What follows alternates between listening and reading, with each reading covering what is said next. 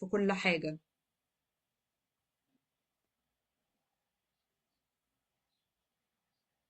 بس بالرغم من ان الحياة عايزاك تبقى دايما حازم وصارم واشتغال، برضو الحياة احيانا هتبقى عايزاك لوكا.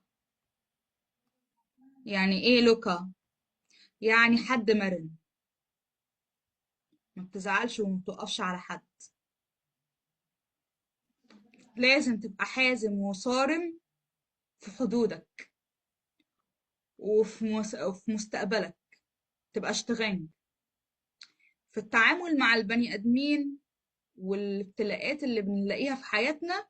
لازم تبقى لوكا، ودي اعتبروها نصيحة. تمام. بس فدي اللي احنا خدناها النهارده، ايه؟ Eigenschaften. Eigenschaften.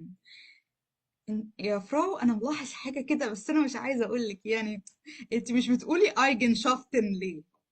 طيب تعالوا هقول لكم ليه.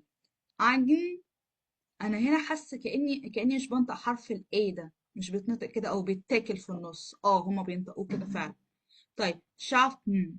schaffen هنا حرف التي ده بيتنطق برضو تي خفيفة كده، وحرف الاي ده برضو ما بيتنطقش قوي، يعني بربط على طول التي بالان، فتبقى schaffen.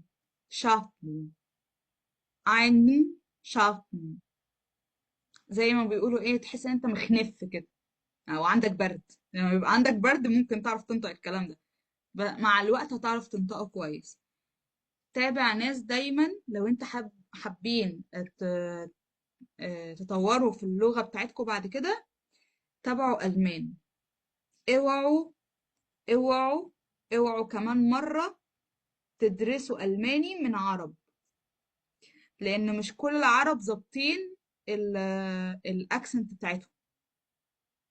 جميل، ممكن يكون بينطق كويس جدا بس هو مش مظبط الاشبريشن بتاعه، مش مظبط الأوسشبراخ، مش مظبط الصوتيات الفونيتك. فخدوا بالكم من ده. عايزين تنطقوا كويس، تابعوا ألمان. ممكن تعملوا حساب على التيك توك.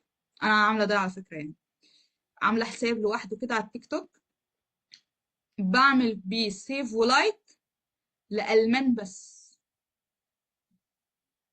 فلما باجي مثلا بقى بقعد مثلا 3 ساعات في اليوم أذاكر فيهم ألماني، بقوم فاتحة الأكاونت ده لو أنا حابة ألعب عليه شوية يعني. بس أسمع ألف ب تطوير لغة، hören كتير.